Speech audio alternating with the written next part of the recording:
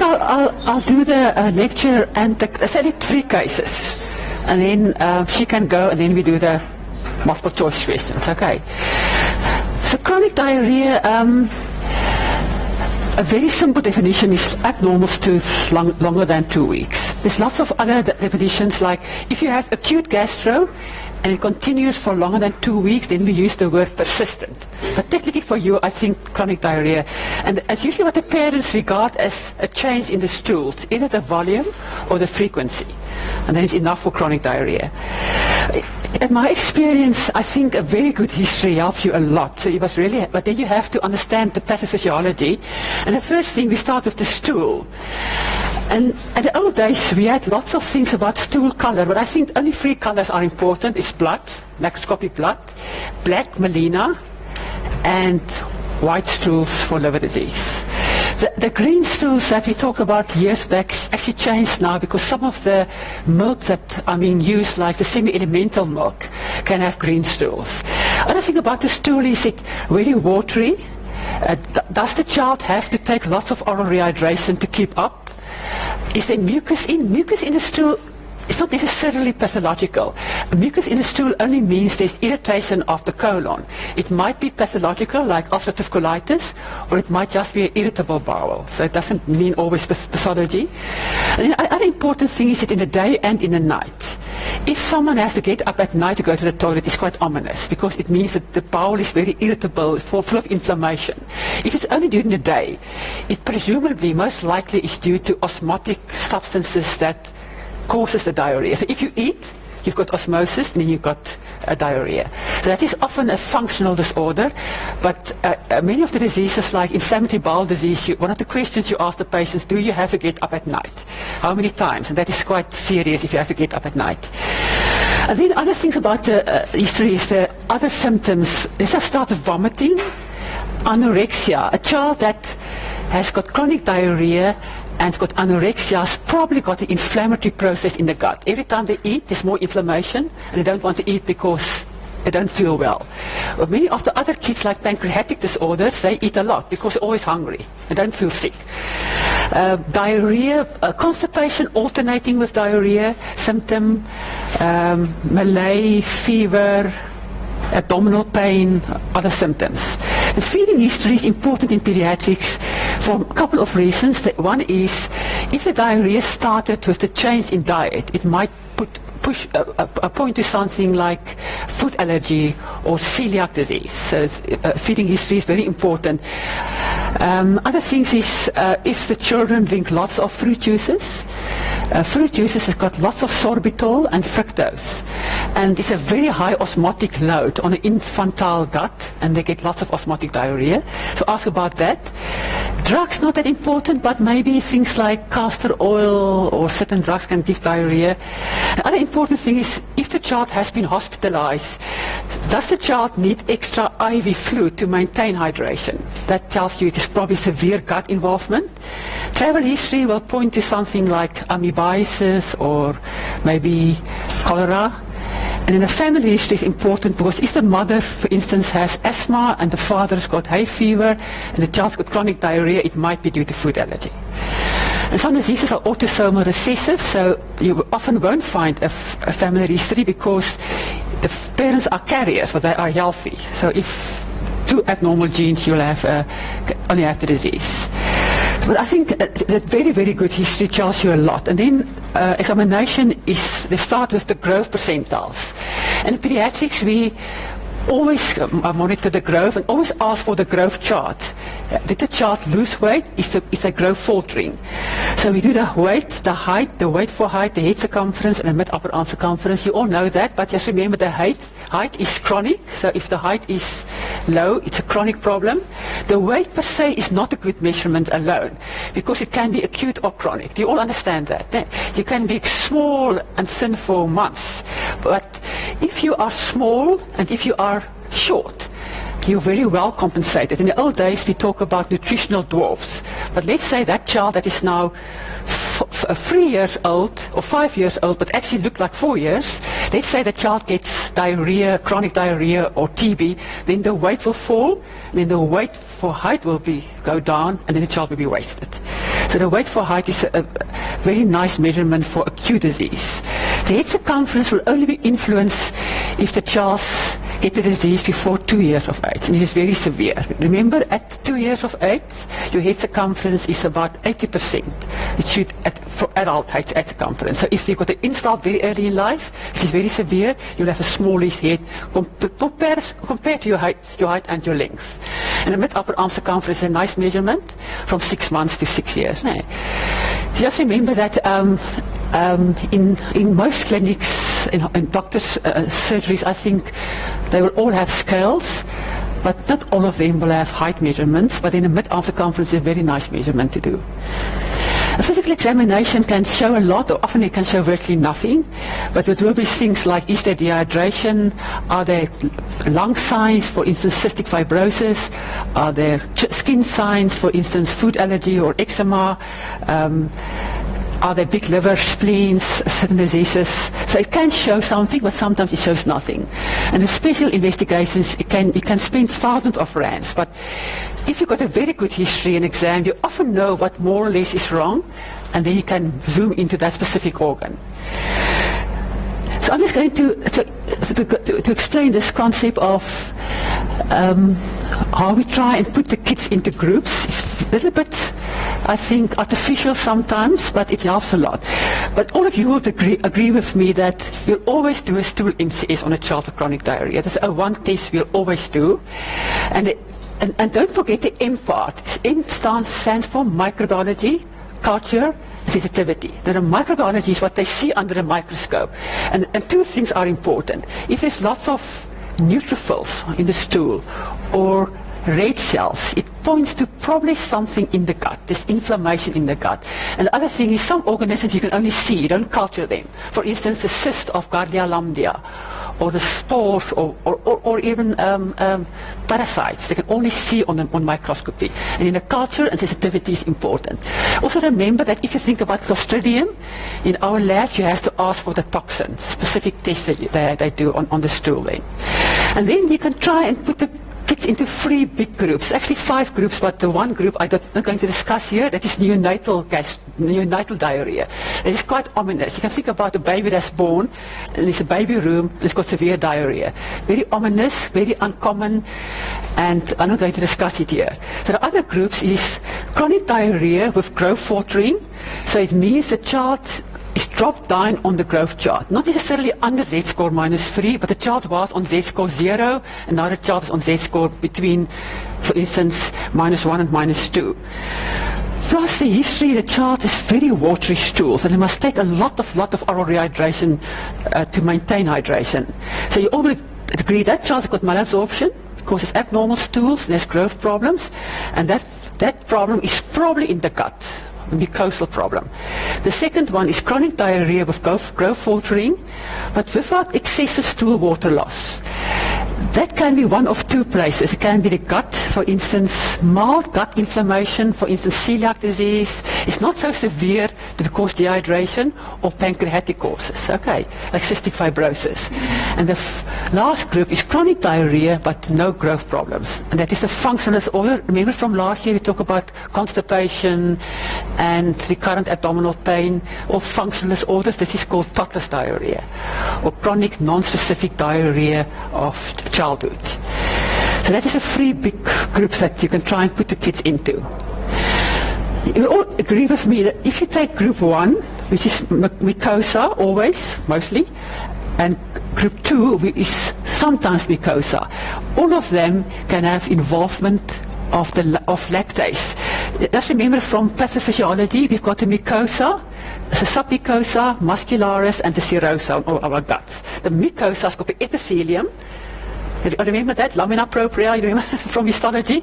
On the epithelium, you've got all the enzymes on the brush border. Lactase enzyme, sucrase enzyme, maltase enzyme. So you can always think about it. If you've got early involvement of the gut, you will have some mucosal damage, so you might have some loss of those enzymes. And the enzyme that goes first, which is on the tip of the villi, will be lactase enzyme. So many of these kids will have lactose intolerance. But it's not a diagnosis, it just tells you there's something wrong with the gut. Do you understand that? It's not like anemia, it's not a diagnosis, you just know you have to go look for iron, or whatever the cause might be. So lactose intolerance implies small bowel mucosal involvement. So if lactose is a sugar in milk, which then is hydrolyzed in the gut to glucose and galactose and then absorbed. If there's problems with the enzyme, then all that sugars will stay in the gut. You will have osmosis, you have osmotic diarrhea. And how will it present? It will present with diarrhea shortly after taking milk, and the patient will be very bloated. Because what will happen, all the sugars are in the gut, it goes to the colon. The colon has got microorganisms. The microorganisms will ferment the sugars and make hydrogen and small chain fatty acids. And you get this loose watery stools with lots of gaseous formation. It's a typical story. If you put a dipstick in a stool, the pH will be very low. Because it's acid, the pH will be 5.5, quite low pH. So the clinical picture is quite typical, explosive diarrhea after taking lactose. Diagnosis, simple dipsticks. Or you can put a little bit of stool in a container and ask the lab to look for reducing sugars. So the lab will do reducing sugars, and then they will actually carry on and tell you the sugars will be glucose or lactose. That's a problem. And the treatment is just remove lactose from the diet. For a short period, it's not a lifelong, it's a short period mostly until the gut has recovered, and then you can actually go back to the lactose-containing milk. The lactose-containing milk in South Africa available for two types. One is made from soya, and one is made from cow's milk, but they just remove the lactose from the cow's milk, and they put another sugar in. So it's lactose-free, soya or not soya. So just the types of lactose intolerance, all of us with time, our lactase enzyme goes down. It's just logical, because you don't only drink milk. You start eating solids, so our lactose enzyme is not that expressed anymore. So if we only eat yogurt and drink milk, we all will feel bloated.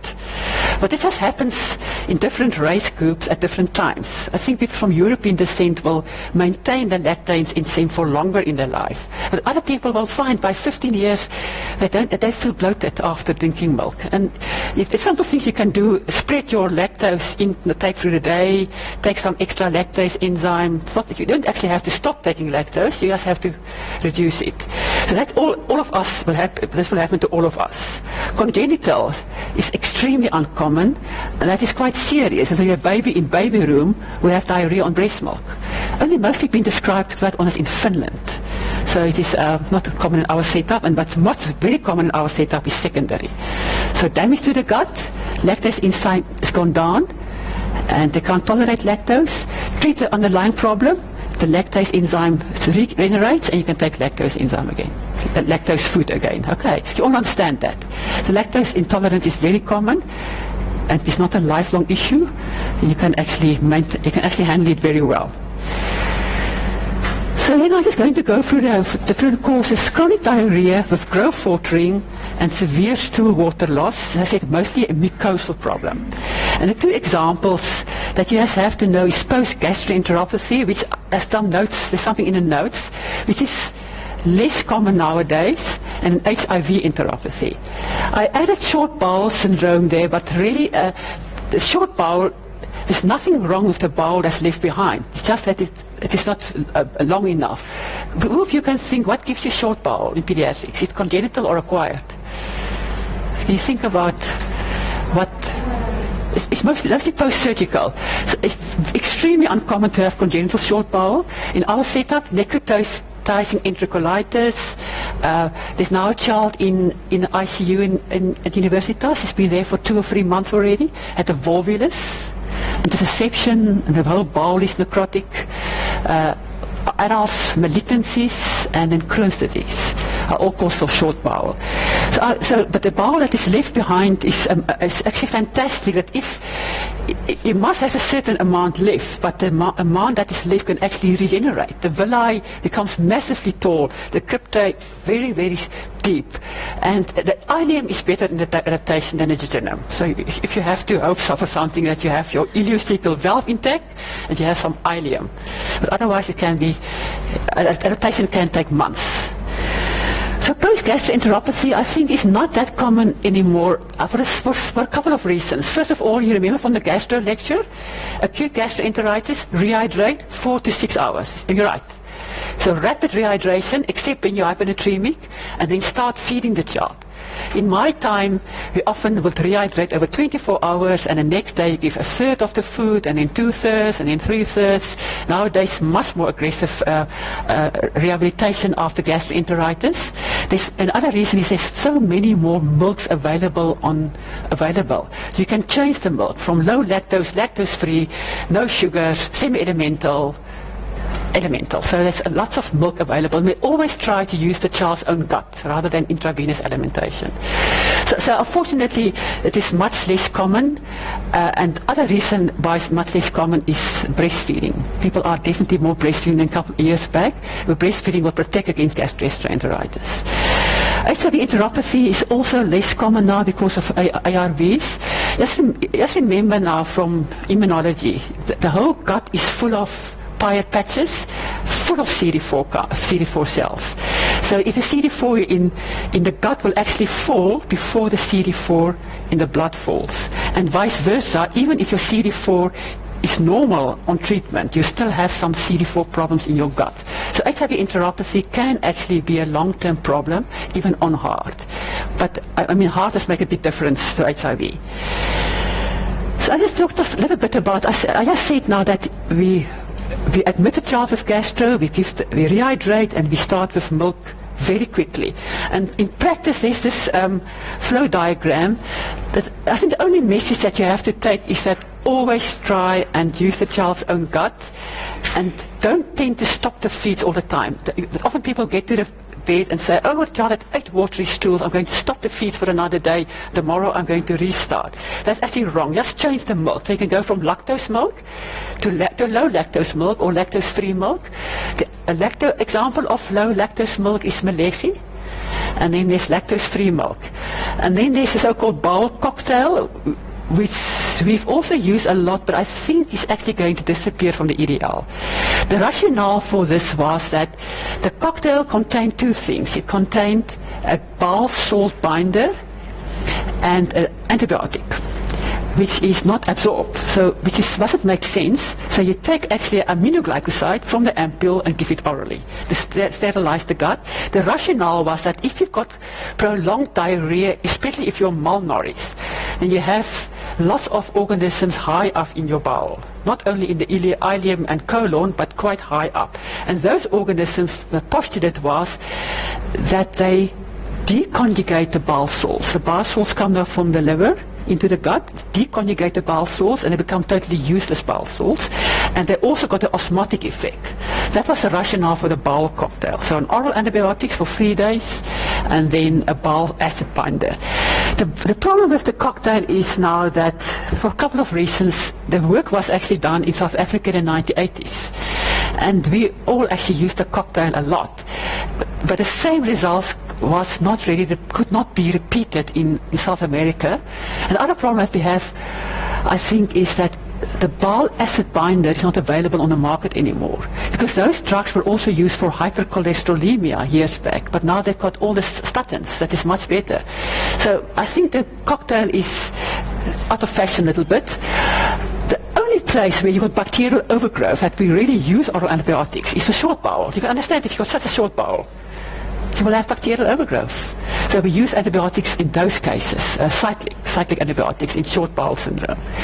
And then there's a nice thing, the last 20 years or so, we've got these fantastic milks on the market that are very expensive. Semi-elemental really means they take cow's milk, goes to the factory, and then remove the lactose, take the long proteins and make it dipeptides and tripeptides, and add extra medium chain triglycerides. So it's a very interesting milk that is very easy to absorb.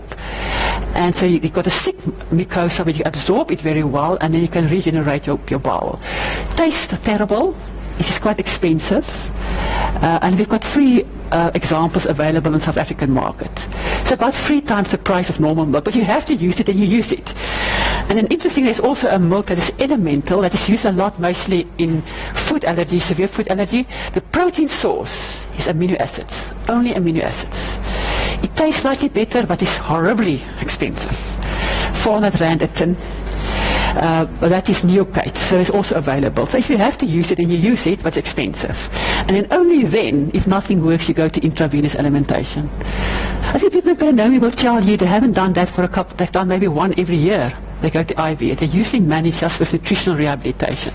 There's another thing to remember, if you work in a gastro ward and you try and use this expensive milk, you just have to write there, only this milk is allowed and oral rehydration. Otherwise the breakfast trolley comes by and then they give the child porridge with cow's milk. So if you use this milk, then be very strict, only that milk. For about 2 weeks, and then you slowly reintroduce the other feeds. So I think that's the reason why our deaths and I think the statistics look so much better in the gastro ward than 20, 30 years back. For the second group of patients then is chronic diarrhea with growth altering, but there's no history of excessive stool water loss. They've got many stools, but not watery stools. And again, you can try and put them in 3 groups. You remember from physiology, you've got digestion and then you've got absorption. Digestion happens high up. You've got the pancreatic enzymes, you've got amylase from your stomach, amylase from your saliva, and you've got your bowel salts. That is digestion. So it's very logical that you might have some problems with malabsorption, with chronic cholestasis. Well, that's not in clinic practice, not that a big problem, but these kids will be jaundiced. So that's quite obvious. These kids are jaundiced, and many of them need extra fat-soluble vitamins. And I just mentioned now MCT stands for medium chain triglycerides. They are absorbed through the portal system. You don't need bowel salts for them. So these kids will do well with extra MCTs. You understand that?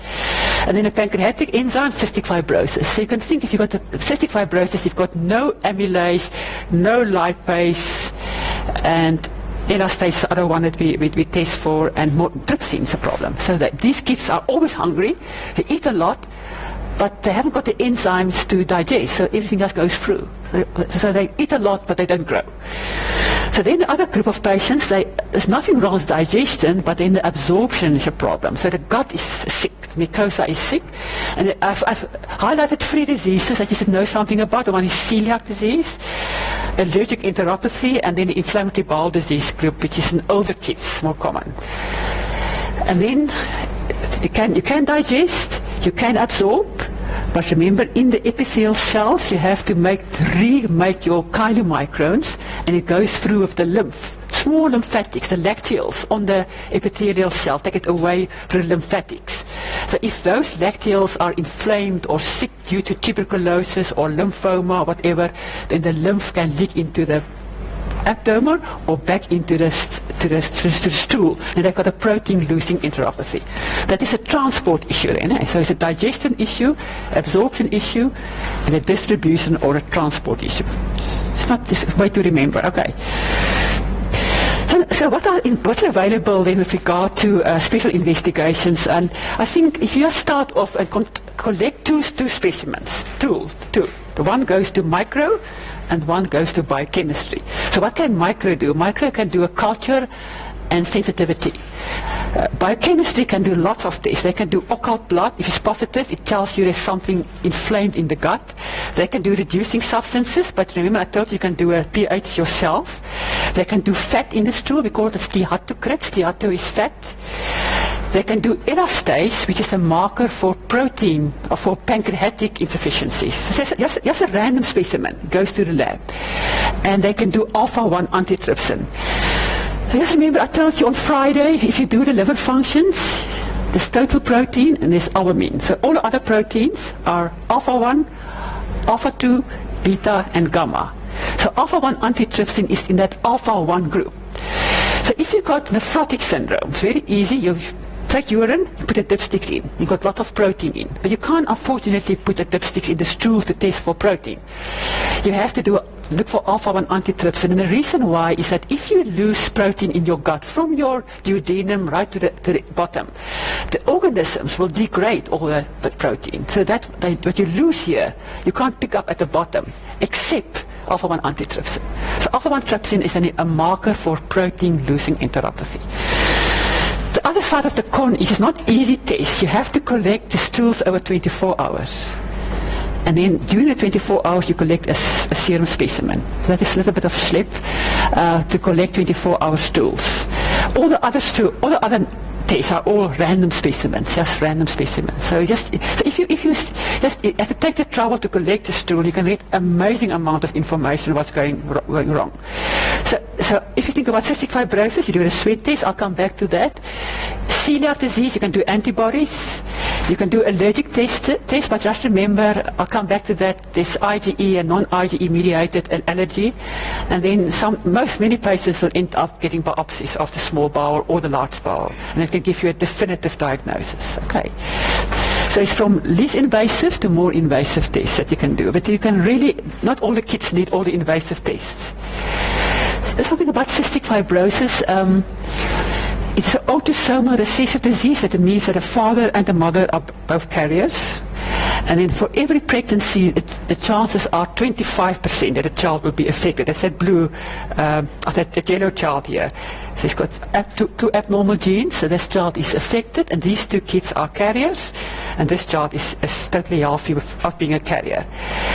The defect, I remember from oral rehydration, they teach you that oral rehydration should probably have got a Nobel Prize in the 1970s, because you just think about it. You drink oral rehydration, there's sodium, there's glucose, and there's water. So you can increase your water absorption 4 to 5 times by taking that oral rehydration solution in the correct constituents.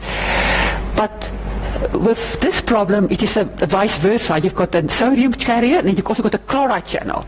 And in these patients, it's a simple little chloride channel, which is absent or defective. And all of us, we don't even think about it. The chloride channel is open, and the chloride goes out into lumen, and water follows, and all our exocrine glands are well hydrated. In these kids, they haven't got a chloride channel. So all the exocrine glands, problems with hydration, and you've got secondary organ damage: pancreas, sinus, lung, bowel ducts, gut, vast difference. So all is in organ damage eventually. It's just in a small little defect, chloride channel, but the effect is marked. Last time I looked, actually there's more than 1,800 mutations. There's actually a website that you can go and look on. But some of these mutations are only in 1 or 2 families. So in our lab we can do 29 mutations of the most common mutations in all the race groups in South Africa. It's only 29. Just remember, if you do the mutation is negative, you can still have cystic fibrosis. Just remember that.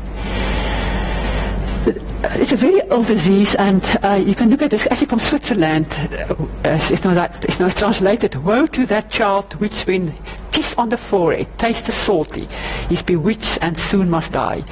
It's actually a very, very old, from a Swiss thing, Switzerland. And this Dorothy Anderson described the disease, and she's actually done lots of post-mortems on the children, and what she finds then is that the pancreas looked like this, full of cysts. You can see there's a big cyst there, and full of fibrosis, and hence the name cystic fibrosis, where it comes from, cystic fibrosis.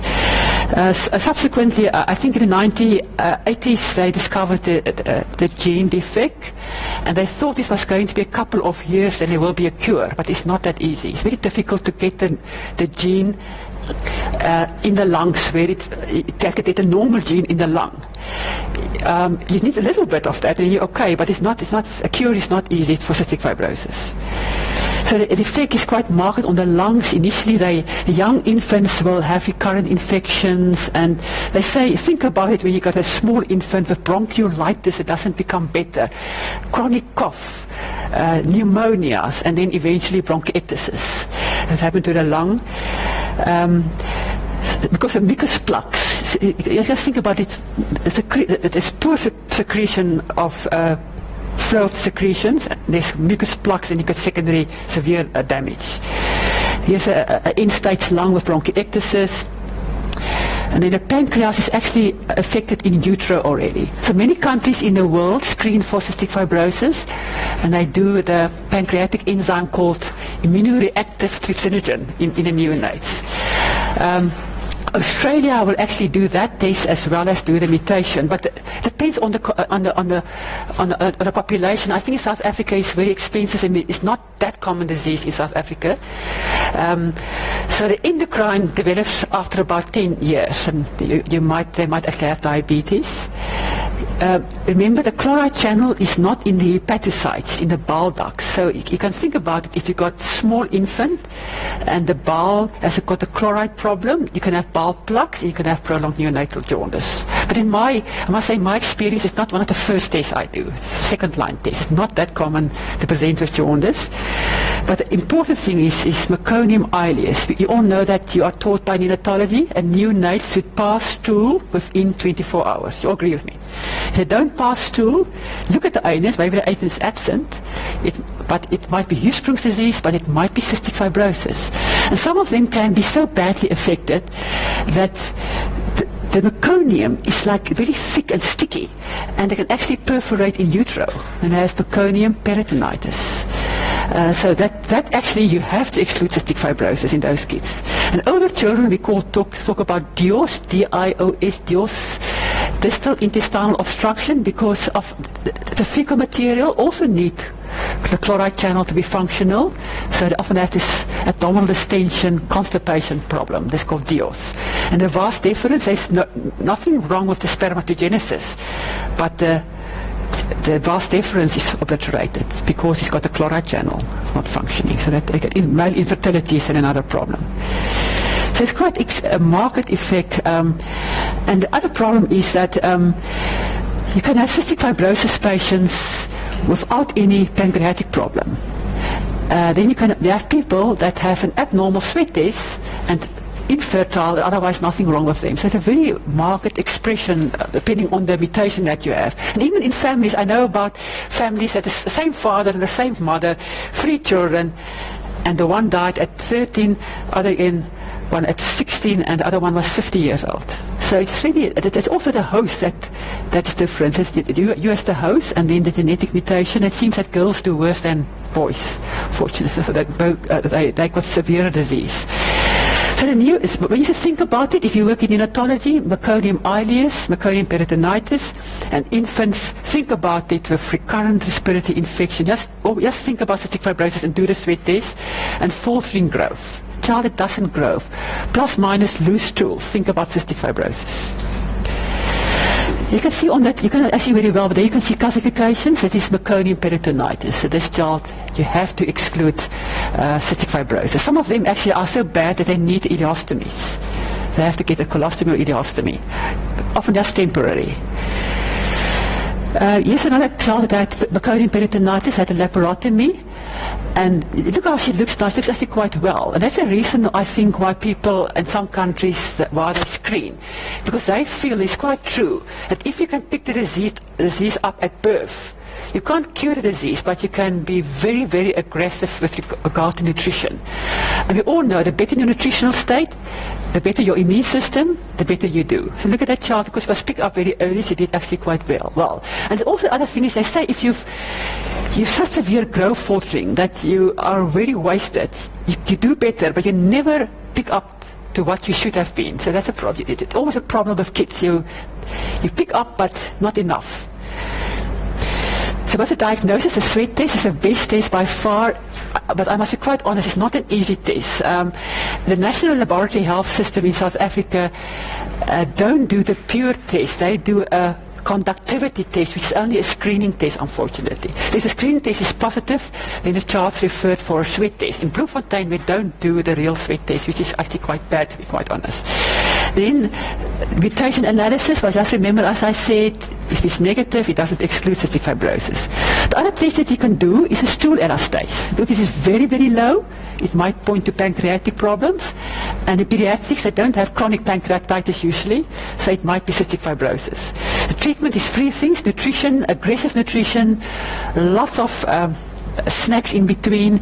And the problem is, for these kids, they have to take pancreatic enzymes with every meal and every snack, except when it's school drink, obviously. So they say pancreatic enzymes, you have to break it open and throw it over the food, or small little granules. Small infants, you have to give it with the milk, and they're clever, they push it out with their tongue all the time. So it's not easy to get the pancreatic enzymes, but that is, they can do very, very well with that. Physiotherapy, The parents are taught how to do home physiotherapy. There's lots of things that they can do. There's a flutter little instrument that they blow on, and it's an oscillating effect, and then they start coughing and they can expectorate. So they don't need to go to a physiotherapist. And antibiotics is used orally, intravenously, and that is the only indication, I think, to have a home nebulizer. They sometimes give home nebulized antibiotics if they've got a Pseudomonas. It's the one organism that gets the Pseudomonas. And these kids, if the parents know very well, they will tell you the child's cough has changed. It's a different cough, then you give the antibiotics. You don't wait for cultures. They eat less. They don't feel well when you give antibiotics. Because they get severe lung involvement. This is an example of the sweat test. It's a very old slide. The sweat test was developed in 1955. We still use it. It's amazing. What they do is they use pilocarpine, which stimulates the sweat, and then with a very slow voltage electric current that runs for about half an hour, which actually then draws the sweat into that little filter paper. But nowadays we've got actually nice plastic things that suck up the sweat, and you send the filter paper or the plastic container to the lab, and they do the chloride and the sodium for you. That is actually the ideal test. It's a very good test, but it's labor intensive, and you actually need someone to do it very regularly. So I think the answer will be to get all the private hospitals stay together and get one sister to do it. I think that's maybe the answer, to get a good sweat test. I think it's quite critical. Celiac disease is a very interesting disease. You're permanently intolerant. You actually got an autoimmune reaction to gluten. And it's in wheat, rye and barley. So there's three problems that can happen with wheat. The one is wheat allergy, which you can outgrow, celiac disease, which you can never outgrow, and then you know about this new thing called gluten intolerance. It's very topical nowadays. There's many people that say they are gluten intolerant, but they don't have celiac disease. Oh, I don't know, that's quite topical now. And I think people that smile all the way is maybe Dischem and Woolies with all the gluten-free stuff. But anyway, that is, but celiac disease is a big problem. But I can tell you it's very uncommon in South Africa. I don't know if you miss it, but it's uncommon in South Africa. Just to look at the villi. Do you see the villi? It's amazing how your absorption surface is increased by this small villi and microvilli. It's amazing. It's just the villi and the cryptus.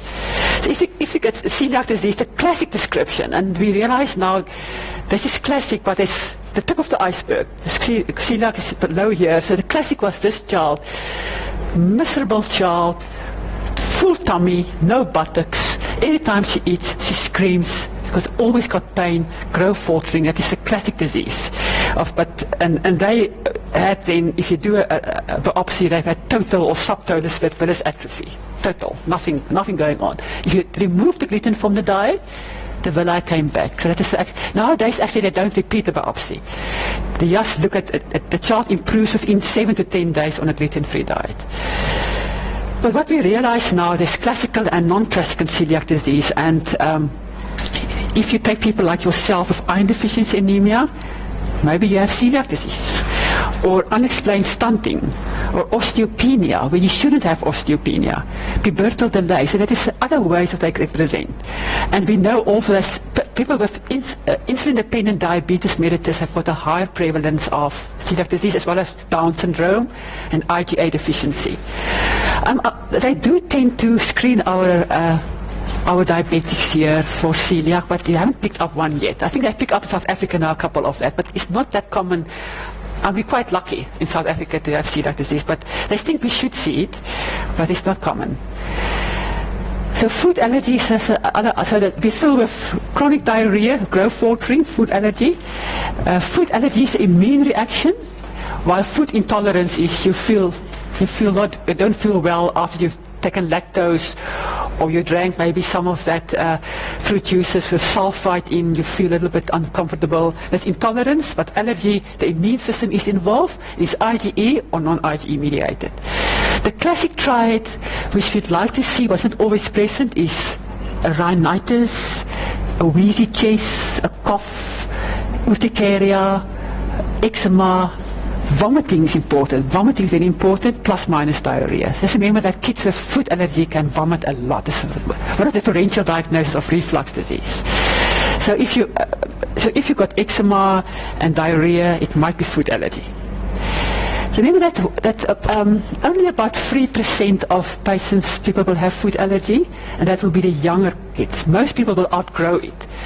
But you probably will be allergic to some fish for the rest of your life, but milk allergy, wheat allergy, most of them will outgrow it. It won't be a lifelong problem. So the allergens are cow's milk protein and soya. The problem with soya is, or the nice thing about soya, is quite cheap. The problem with soya is that 50% of cow's milk allergy will also have soya allergy. And then you're actually stuck with very expensive milks.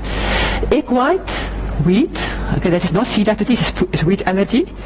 Some nuts that ground nut or peanuts, and then tree nuts is different from peanuts, and then fish and shellfish. So you can actually, my brother actually can't eat fish, but he can tolerate shellfish. It's amazing. So it's just the different types of allergens. And then, as I said, last topic now is the chronic diarrhea with outgrowth faltering, but they got severe diarrhea, and that is so-called toddler's diarrhea or chronic non-specific diarrhea during toddler years. I think in adults we'll talk about irritable colon syndrome with diarrhea. The pathophysiology, I think, is a very rapid mouth to anus transit time. It's normal. It could be a couple of hours for the stuff to come out at the bottom, but in these kids it can be 1 hour. You see the peas or the wheat or whatever they eat, very rapid, and sometimes it's made worse by diet change. And the one thing that people do, they say, okay, now we must give the child lots of fluid, because the child becomes dehydrated, and then they give fruit juices, which is not good, because fruit juices got lots of sorbitol and fructose. And then someone say, no, we must take away the milk, because milk is not good when you've got diarrhea. This is also very bad, because milk has got lots of fat in, and you need the fat for the ileal break. If the stuff comes through, the ileum is important to have a break effect, and then you actually have less diarrhea. So the big problem I think you have to ask is for fruit juices, and I find in practice that the people will drink lots of fruit juices in daytime and in nighttime. The big culprits: apple, prune, and pear juice, big culprits. So what's the treatment? Is take away the fruit juices, the 4 F's, bring back the fat, normalize the fluid intake, and fiber is not very helpful in kids, but in adults it's very helpful. They'll tell you in irritable bowel syndrome with diarrhea, it's worthwhile to take some fiber gel orange, because then you get fewer stools but are more bulky. But in pediatrics it's not that practical to use fiber, but you can try it, like fiber gel orange, if it's really a problem. I think the main thing is here to reassure the parents and show them the growth charts, and it's often a transient thing. The typical story: a child will get up in the morning and have a big watery stool, and then maybe for the day it's okay, and then later the day he's got a big stool again, and tonight he's got nothing's going on because he doesn't eat. He's osmotically driven. He doesn't eat, no stools. Not serious, but I think it can be worrying for the parents because of the big, quite bulky stools that the kids have. And as remember from last year that I told you also, I often see kids that are referred to me with chronic diarrhea. You start with a very good history. You start with the stool. Tell me about the stool, and I say, is it very watery? No, it is small patches of stool in the underclothing late in the day. And then you must think, oh, maybe it's constipation with withholding and secondary incontinence. And that is so-called soiling. We don't actually use that word. We use the word fecal incontinence nowadays. Okay. Okay, I must go through the 3 questions just to see what you understand, what you don't understand. When I start with Pomolu and with Lerato, because I didn't ask them Lerato here. Okay. That first question, on the page 149. 149. You've got a 6-month-old infant with acute diarrhea and severe dehydration. So severe dehydration, you agree with me, is shock, no? Shock, the severe dehydration. Never breastfed and currently receives very dominant formula milk. I was going to explain to you, remember from last year, we had whey and casein. So whey tries to be like breast milk, and casein is follow-up formulas like cow's milk. Whey is easy to digest, casein takes longer to digest. So for the hungry baby, casein is better because it takes longer to digest, so they want to drink every 2 hours. So there's nothing wrong with this. His weight for height Z-score is just below -2. So it means he's moderately wasted. That's right. He received all his immunizations. Now he's rehydrated over 6 hours. And then the usual formula that he had before was restarted. Diarrhea persists with watery stools after every feeding. Reducing substances are positive in the stool, and the stool MCS did not show any pathogens. What will you do next? You will give the cocktail. Remember, the cocktail then is an oral antibiotic like gentamicin and the bile salt binder. You will change the milk to semi-elemental. You will change the milk to low lactose.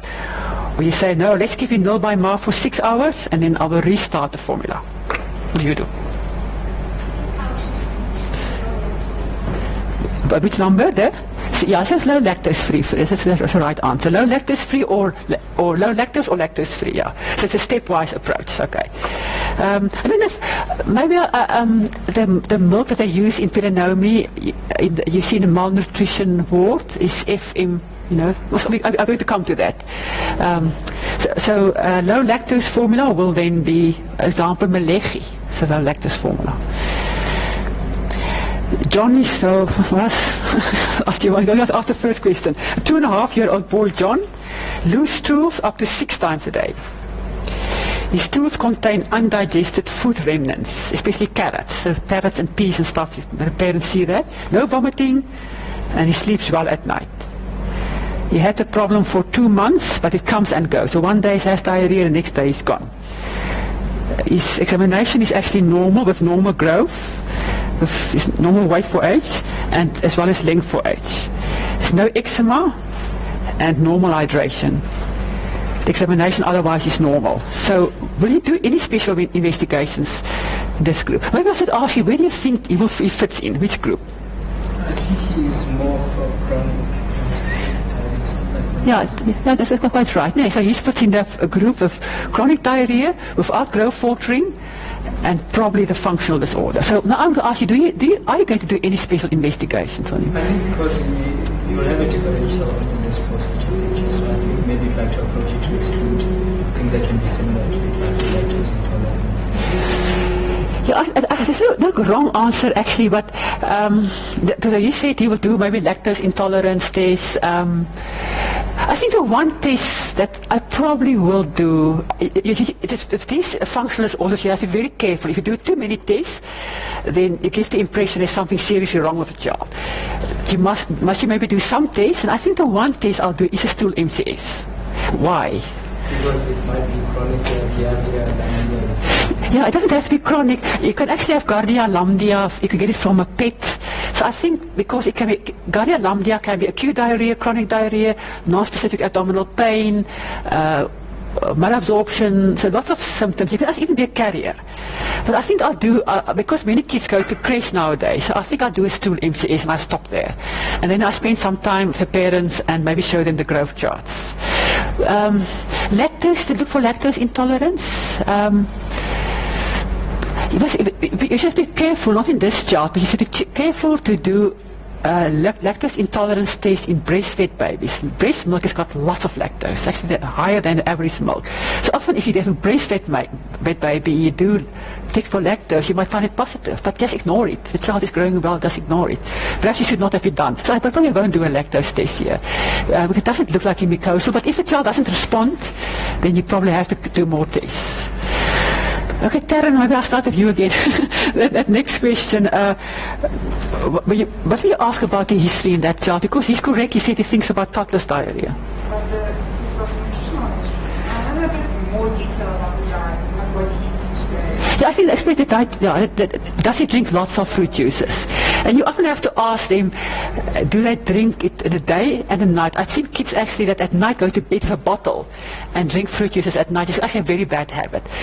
And the other thing that happens is that they get dental caries because the bottle is next to the teeth the whole night and they get dental caries. I think a good history about the intake, as well as did the parents change the diet?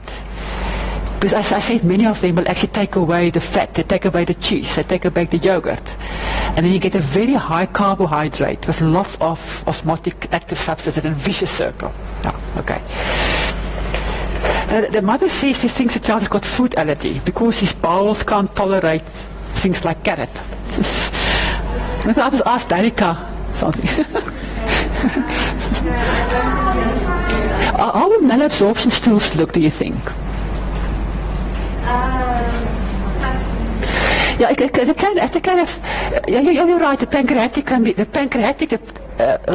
cystic fibrosis in the older kids. They say it can be so bad. If you flush the toilet, you'll have a ring of fat around the toilet. It can be very, very bad. It's amazing. Actually, I have one child that I asked that, and they said yes, it was like that. Otherwise, it will be mucoid, not mucoid, but small volume stools, but you won't see any undigested stuff. The undigested stuff tells you it is rapid mouth-anus transit. Especially parrots, carrots, peas, that sort of stuff. They feed around in a small, it's the typical toddler diarrhea stools, okay. And then, like I said, the diagnosis is chronic, non-specific diarrhea of toddler's diarrhea, and the treatment is actually 3 F's. Okay, you got it. No, I'm glad you understand that. Okay. It's not that uncommon, and it rarely comes to hospital. I've seen one child in my life that had that had toddler's diarrhea, and the parents changed the diet so severely that the child became edematous malnutrition. It was not one of those. So just yeah. Okay, then I must ask: is Kirsten now here? Okay. Here's a 9-month-old infant, Mary. She had diarrhea for 1 month. That is some chronic, no? She was given some medication, but diarrhea persists. Then Dr. Halbart probably told you that people do lots of mistakes with acute diarrhea, and they give anti-diarrhea stuff, they give metoclopramide.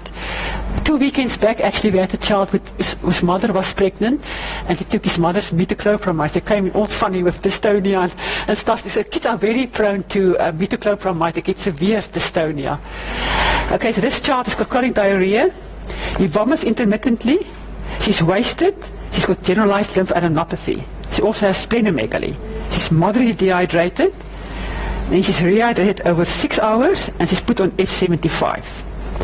But diarrhea persists. Maybe I need to ask you, what is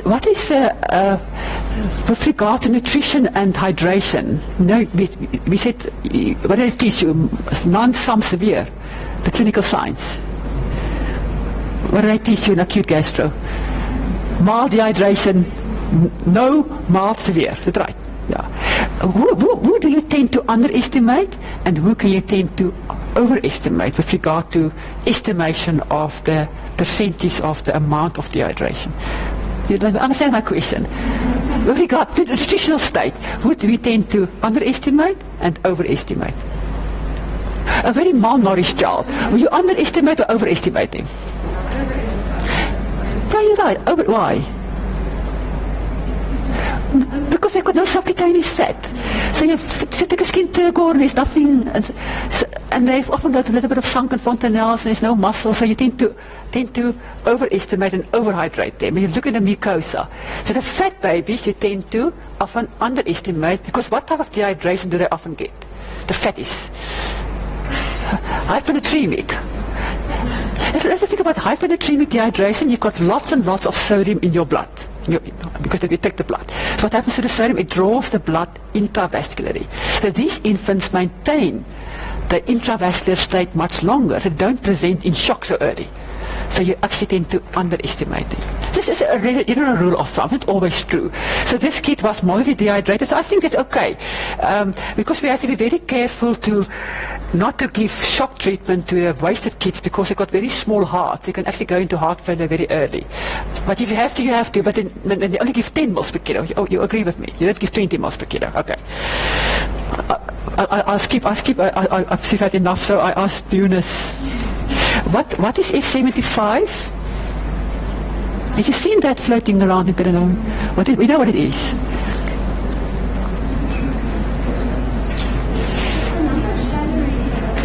Yeah. So it's like the work was actually done during wartime I think in northern Africa, Europe. People fleeing to must be called camps. And then they developed this concept of that, it's actually got to do with refeeding. If you're very wasted for a long time, you give them lots and lots of kilojoules, you get refeeding syndrome, and actually die. So F75 has got 75 kilocalories per 100 ml, is lowish protein and lowish energy. So you just give that to keep the metabolic machinery going for a couple of days, because everything is now distorted. And then after about 3 to 5 to 6 days, you give them F100. And F really stands for formula.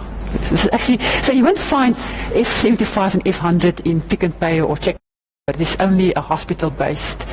And initially they made it from powdered milk with some extra added fat and water and whatever, and sugar, but now it is ready-made in cartons. It's either cow's milk based or soya based, but I think what you have now available is cow's milk based. So it's lactose, contains lactose. It's low lactose. So it's F100 then. Okay, I still have to answer the question. Now on day 3, her HIV PCR result came back positive, and that they got cryptosporidium from the stool. What are you going to do now? Well, obviously, the viral carbon. Okay, you can. Can you treat cryptosporidosis? What is that? Do you know what it is? Is it a parasite or a bacterium or a fungus or a... It's actually a parasite, but it's very... I put it in a little bit... I put it in, but to be quite honest, it is very difficult to treat. If me and you get it, we will actually be okay after 2 or 3 days. But if you're immunocompromised, it can be a terrible organism with severe watery diarrhea. So we actually haven't got a drug for that, although a macrolide might work. What's a macrolide? Do you know what give me an example of a macrolide antibiotic? Yeah? Erythromycin. So we use claritomycin. So azithromycin might actually work. It's worthwhile giving it a trial. And then you probably put a child on Bactrim. Why? Because the CD4 is probably very low. Yeah. You can put a child on heart, but be very careful that if you've got severe ongoing diarrhea, you're not going to absorb the heart very well. So maybe it's better to wait a couple of days and try and get the diarrhea under control. And to get the diarrhea under control, I think it's that stepwise approach. So maybe this child you have to change the milk until you get a response. Because then you can regenerate the villi and the microvilli, and then the heart will be absorbed. So I understand that. So the treat, I think you will try it azithromycin and maybe put your child on Bactrim. And question 3 asks, Mary's diarrhea is difficult to control, and on day 6 he still passes about 6 watery stools a day. What can you do now next? Is Erin here? Yeah. Do? Yeah, you can change the milk now, but maybe instead of using F100, because it has lots of lactose in, rather go to a semi-elemental milk, which is but what we in practice do then, you give all the maintenance as milk, but for all the stools you add oral rehydration. Yeah, and if they shock, you have to give them IV. But the message really is, don't only give oral rehydration, give kilojoules. So in this case, I think she will benefit by having a semi-elemental formula, because it's very malnourished and it's easy for her to absorb it. Okay. And the last question was important with regard to the long-term management. Karen, yeah. She goes, let's say he's doing well now on a semi-elemental milk. In practice, we can't send him home on that. It's too expensive. So what we will do is step up and then step down. And you don't actually have to take 1 step. You can take 2 steps at a time. So what step down will you do before you send her home? Yeah, or no, or you can maybe, if you're very conservative, go to a low lactose milk first. The nice thing about a low lactose milk, it is actually not that expensive, and it used to be available at some clinics. Well, I think all the clinics have, it's Malegi. And then the other thing is the immunizations. Which immunization do you get at 9 months? Measles, yeah. So, just remember, you've never seen measles. I've seen lots and lots of measles, but measles is actually poison to the immune system. It pushes down your CD4 count, your T lymphocytes. So if you've got HIV, you get measles, you probably, with this child, you probably won't make it. So you have to immunize the child. So, yeah. And then nutritional supplements, that sort of stuff. Okay.